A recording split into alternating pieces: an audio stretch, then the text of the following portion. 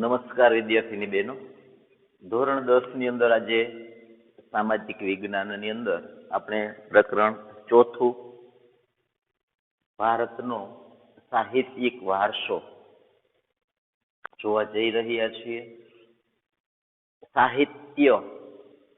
સાહિત્ય એટલે શું? સાહિત્ય એટલે દાખલા તરીકે તમે ગુજરાતી સાહિત્ય છે, હિન્દી સાહિત્ય છે, સંસ્કૃત સાહિત્ય છે, આ બધા વિશે સાંભળેલું જ હશે. એટલે સાહિત્ય શબ્દ છે એ તમારા માટે શબ્દ નવો નથી, પણ આ શબ્દનો અર્થ શું થાય એ જાણવા માટે આપણે પ્રાચીન સમયની અંદર જવું પડે કે જ્યારે કોઈ પણ જાતનું લખાણ ન હતું, લિપિ ન હતી, કોઈ ભાષા ન હતી, તે સમયે બોલી અને લિપિ જે કઈ વ્યક્તિઓ હતા એ પોતાના વિચારો છે કે ઉર્મિઓ છે, ભાવ છે, લાગણી છે, એ બીજા લોકો સુધી પહોંચાડવા માટે જુદા જુદા પ્રકારના હાવભાવ, સંકેતો છે, ચિહ્નો છે, ધ્વનિ, અમુક ખાલી અવાજથી પણ બીજા લોકો છે તે ઓળખી જાય કે આ વ્યક્તિ આમ કહેવા માંગે છે. એટલે આવી લિપિ હતી કે પોતાની રીતે જ બોલતા અને પોતાની રીતે હાવભાવ કરતા. દાખલા તરીકે કોઈ વ્યક્તિ છે એને ચૂપ બેસાડવું હોય તો અમુક વ્યક્તિ છે એ ખાલી આમ સામું જોવે એટલે એ વ્યક્તિને ખબર પડે કે, એટલે હાવભાવ ઉપરથી પણ ખબર પડી જાય કે આમ કહેવા માંગે છે. પછી ધીમે ધીમે એમાંથી સમયાંતરે આવી લિપિ આવી અને એમાંથી ભાષાનો ઉદ્ભવ થયો. પછી ગુજરાતી લિપિ છે, સંસ્કૃત લિપિ છે, અને જુદી જુદી ભાષાઓનો ઉદ્ભવ થયો અને એક ભાષામાંથી બીજી ભાષાઓનો ઉદ્ભવ થયો. એટલે આ રીતે સમયાંતરે જુદા જુદા લોકોના વિચારોમાંથી ભાષા ઉદ્ભવી અને આ ભાષામાંથી જુદું જુદું સાહિત્યની રચના થઈ. ગુજરાતી ભાષા છે તો ગુજરાતીના જુદા જુદા લોકોએ પોતાના વિચારો જે કંઈ હતા એ બધા લેખિત સ્વરૂપમાં ગુજરાતી લિપિની અંદર લખવાની શરૂઆત કરી ભાષાનો ઉદ્ભવ થયા પછી. અને પછી ગુજરાતી ભાષાની અંદર કોઈએ કાવ્યો લખ્યા છે, કોઈએ ભક્તિ ગીતો લખ્યા છે, કોઈએ ઉર્મી કાવ્યો લખેલા છે, કોઈએ નવલકથાઓ લખેલી છે. આ બધું અલગ અલગ સાહિત્ય છે એ લખાયું અને આ બધું જે સાહિત્ય છે એ બધું સાહિત્યમાંથી આપણને તે સમયની ઘણી બધી માહિતી છે એ પ્રાપ્ત થઈ શકે છે. આજથી 400 વર્ષ પહેલાનું સાહિત્ય હોય તો એ સાહિત્ય આપણે વાંચીએ એટલે આપણને ખબર પડે કે તે સમયના લોકો છે, સમાજ જીવન છે, અર્થતંત્ર છે એ કેવું હતું. કારણ કે કંઈક ને કંઈક જે કંઈ સાહિત્ય છે તેની અંદર તે સમયની સામાજિક, આર્થિક, ધાર્મિક, રાજકીય વિચારસરણી જે કંઈ હોય એને અનુસરીને જ સાહિત્ય છે તે લખાયેલું હોય છે. અને આ બધું સાહિત્ય છે એ તે સમયનું આપણને દર્શન કરાવે છે કે તે સમયના લોકો છે એ કઈ રીતે જીવન જીવતા હશે એ આપણને આ સાહિત્યમાંથી પ્રાપ્ત થઈ શકે છે. પ્રાચીન સાહિત્યની વાત કરીએ, 3 પ્રકારનું સાહિત્ય છે. સાહિત્યના 3 ભાગ પાડવામાં આવેલા છે. પ્રાચીન સાહિત્ય છે, મધ્યકાલીન સાહિત્ય છે અને અર્વાચીન સાહિત્ય છે, એટલે આધુનિક સાહિત્ય છે. જેમાંથી આજે આપણે પ્રાચીન સાહિત્યની વાત કરીએ તો પ્રાચીન સાહિત્ય છે એના પણ સાહિત્ય 2 ભાગ પાડવામાં આવેલા છે. એક છે વૈદિક સાહિત્ય અને બીજું છે તે પ્રશિષ્ટ સાહિત્ય. વૈદિક સાહિત્ય એટલે વેદને આધારે જે સાહિત્ય લખાયેલું છે, વેદો ઉપરથી જે સાહિત્ય લખાયેલું છે વૈદિક છે. અને પ્રશિષ્ટ એટલે વેદો પછીનું જે સાહિત્ય છે તે. આ સિવાય લોકબોલીનું સાહિત્ય પણ ઘણું બધું લખાયેલું જોવા મળે છે. લોકબોલીનું સાહિત્ય છે એને કોઈ ભાષાનો કે એવો સહારો મળેલો હોતો નથી. એટલે પ્રાચીન સમયની અંદર જે કંઈ હોય એનો સહારો છે એ લોકબોલી સાહિત્ય ન મળે. દાખલા તરીકે કોઈ ગીરના જંગલની અંદર રહેતું હોય, તેમણે પોતાના ગીરને ઉદ્દેશીને કોઈ દુહો બનાવેલો હોય, ગિરનારને ઉદ્દેશીને કોઈ દુહો બનાવેલો હોય તો એ લોકબોલીનું સાહિત્ય કહેવાય કે જેનો રાગ છે કે એ બધો પોતાની મેળે જ નક્કી કરેલો હોય. રાજકોટના એક કથાકાર હતા, એમણે જે કથાની અંદર એક જીથરા ભાભાની વાર્તા, આવી વાર્તાની રચના કરેલી છે, આવું સાહિત્ય લખેલું છે. તો આ સાહિત્ય છે એ લોકબોલીનું સાહિત્ય ગણે કે જે સાહિત્ય છે એને પ્રાચીન સમયનો કોઈ આધાર મળેલો હોતો નથી, પોતાની મેળે સાહિત્ય વિકસાવેલું હોય. લોક કલાકારો છે બધા લોકગીતોની રચના કરતા હોય છે તો એ બધું લોકબોલીનું સાહિત્ય કહેવાય. પછી કચ્છની અંદર જાઓ તો ત્યાં લોક સાહિત્ય છે એ પ્રાદેશિક સાહિત્ય કે લોકબોલીનું સાહિત્ય જુદું હોય. દ્વારકા સાઈડ જાઓ તો ત્યાં જુદું હોય, પોરબંદર સાઈડ, ભાવનગર સાઈડ કે ગોહિલવાડ છે કે કાઠિયાવાડ છે કે હાલાર છે, બધે અલગ અલગ પ્રકારનું લોકબોલીનું સાહિત્ય જોવા મળે. આદિવાસી વિસ્તારમાં જાઓ તો ત્યાંનું સાહિત્ય પાછું અલગ હોય. એટલે આ રીતે 3 ભાગ છે. આમ તો 2 જ મૂળ છે, વૈદિક અને પ્રશિષ્ટ, અને ત્રીજું છે એ લોકબોલીનું સાહિત્ય છે. લોકબોલીનું સાહિત્ય છે તેને લોકબોલી પૂરતું જ તે મર્યાદિત હોય છે. હવે ભાષા અને સાહિત્ય કે કઈ રીતે જુદી જુદી ભાષાઓનો ઉદ્ભવ થયો હશે. સૌપ્રથમ પ્રાચીન સમયની આપણા ભારતની ભાષાની વાત કરીએ તો પ્રાચીન ભારતની મુખ્ય ભાષા કઈ હશે, એ ભાષાની અંદર કેવા કેવા પ્રકારના સાહિત્યોની રચના થઈ છે, એના વિશેની જો આપણે વાત કરીએ તો આ ભાષાઓ છે એનો ઉદ્ભવ સદીઓથી થયેલો છે. વર્ષો પહેલા આ ભાષાઓનો ઉદ્ભવ થયેલો છે. એક બીજી ભાષા પર અસર અને પ્રભાવને કારણે જુદી જુદી ભાષાની અંદર સમૃદ્ધ સાહિત્ય રચાયું. સંસ્કૃત ભાષા છે તેનો પ્રભાવ છે એ બીજી ભાષાની અંદર પણ પડ્યો હોય. રાજસ્થાની ભાષા હોય કે કાશ્મીરી હોય કે ગુજરાતી હોય, બધાની અંદર સંસ્કૃતમાંથી પણ ઘણું બધું સાહિત્ય છે એની અસર થઈ હોય. એટલે ગુજરાતી ભાષા છે એ સમૃદ્ધ બનાવવા માટે સંસ્કૃત ભાષાનો સહારો લીધો હોય, અને કાશ્મીરી ભાષા છે, પંજાબી ભાષા છે કે બીજી કોઈ ભાષાઓ છે તેમનો પણ સહારો લીધેલો હોય છે. એટલે આ રીતે જુદી જુદી ભાષાઓ છે તેની મદદ લઈ અને સમૃદ્ધ સાહિત્ય બન્યું, અને આ નવી ભાષા છે એની રચના થઈ. નવી ભાષાની અંદર નવું સાહિત્ય લખાયું. ઉદાહરણ તરીકે જોઈએ તો સંસ્કૃત ભાષા છે એ અત્યારે ભલે આપણે સંસ્કૃત ભાષા બોલતા નથી, મોટે ભાગે તમે જોશો તો આપણા ખાસ કરીને ગુજરાતની અંદર સંસ્કૃત ભાષા છે એ એવું કયું ગામ હશે કે ત્યાંનું કુટુંબ છે સંસ્કૃત ભાષાનો દરરોજ લોકબોલીમાં ઉપયોગ કરે છે? લગભગ એક પણ નહીં હોય. એટલે સંસ્કૃત ભાષા આજે આપણે બોલતા નથી, પણ ધાર્મિક વિધિની અંદર કે પૂજા વિધિની અંદર, ધાર્મિક કાર્યોની અંદર, લગ્નની વિધિ કરવામાં આવે છે તેમાં મોટે ભાગે સંસ્કૃત ભાષાનો જ ઉપયોગ થાય છે. એટલે સંસ્કૃત ભાષા છે તે આજે બોલાય છે ઓછી, પણ વિધિની અંદર વધુ વપરાય છે. એટલે પ્રાચીન સમયની અંદર જે કંઈ પરંપરાઓ રિવાજો હતા તે સંસ્કૃત ભાષા મુજબના હતા, અને જે આજે પણ આપણે જાળવી રાખ્યા છે. એટલે સંસ્કૃત ભાષાનો પ્રભાવ છે તે હજુ પણ આપણી બધી જ ભાષા ઉપર જોવા મળે છે, અથવા તો આપણા ધાર્મિક કાર્યો છે એની અંદર જોવા મળે છે. અભિવ્યક્ત કરવાની અને ઝીલવાની તક છે એ ભાષા આપે છે. દાખલા કે ગુજરાતી ભાષા છે તો ગુજરાતી ભાષાની અંદર મારે કંઈક અભિવ્યક્ત કરવું છે કે બીજા કોઈ વ્યક્તિ કંઈક અભિવ્યક્ત કરે છે ને એ જો ગુજરાતી ભાષા મને આવડતી હોય તો હું એ ભાષા છે એની અંદર અભિવ્યક્ત કરી શકું કે ઝીલી શકું.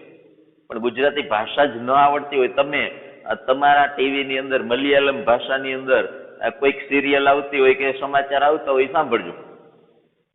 એ ભાષા જ નથી આવડતી એટલે આપણે એ વ્યક્તિ, સામેની વ્યક્તિ તમિલ ભાષામાં કે મલયાલમ ભાષામાં આપણને શું કહી રહ્યા છીએ એ આપણે ઝીલી શકતા નથી, અને ઝીલી શકતા નથી એટલે આપણે આપણું જ્ઞાન છે એ સમૃદ્ધ બનાવી શકતા નથી. એટલે ભાષા છે તો આપણું જ્ઞાન છે એ સમૃદ્ધ બની શકે છે. એટલે ભાષા છે એ અભિવ્યક્ત અને ઝીલવાની તક આપે છે. પ્રાચીન ભારતની લિપિ હડપ્પા સમયની હતી, જેને હડપ્પીય લિપિ કહેવામાં આવે છે, હડપ્પા લિપિ. પણ આ હડપ્પા લિપિ છે એ આજ સુધી હજુ કોઈ પણ વિદ્વાનો છે એ ઉકેલી શક્યા નથી. નો પ્રોબ્લેમ. તે સમયે ઘણું બધું લખાણ છે એ મળી આવેલું છે. પથ્થર ઉપર પણ લખાણ મળી આવ્યું છે. માટીની તકતીઓ બનાવી એના ઉપર લખાણ કરી અને પછી એને પકાવી, અને જેમ તાવડી હોય, તાવડી છે એ ગોળાઈ વાળી હોય, અને આ ચોરસ કે લંબચોરસ છે એ પ્લેટ બનાવીને એના ઉપર ભીનું હોય ત્યારે જ લખાણ કરતા, પછી એને પકવતા. એટલે એની ઉપર લખાણ છે એ આજે મળી આવ્યું છે પણ તે કઈ ભાષાનું હશે એ હજુ સુધી ઉકેલી શકાયું નથી. એટલે તેમાં શું લખ્યું છે, તે સમયની ભાષા કઈ હતી, તે હજુ આપણે જાણી શક્યા નથી. એનું કારણ કે તે ભાષા આપણે ઉકેલી શક્યા નથી. તે ભાષામાં જે લખ્યું છે એ આપણે ઝીલી શકતા નથી, કારણ કે આપણને એ ભાષા વિશ્વના કોઈ પણ વ્યક્તિને હજુ સુધી આવડતી નથી. અને એને કારણે એ પ્રાચીન ભારતની હડપ્પા સમયની લિપિ છે એ લિપિ જ છે. અનુમાન કરવામાં આવે છે કે તે સમયે આ રીતે લોકો રહેતા હશે ને આ બધા વ્યવસાયો કરતા હશે ને આ રીતની રાજ્ય વ્યવસ્થા હશે. પણ જો ભાષા ઉકલી જાય તો તે સમયનું લખાણ બધું છે એમાંથી આપણને ઘણી બધી માહિતી પ્રાપ્ત થઈ શકે છે. સંસ્કૃત ભાષાની આપણે વાત કરીએ તો સંસ્કૃત ભાષા છે એની અંદર પાણીની નામની વ્યક્તિ છે એ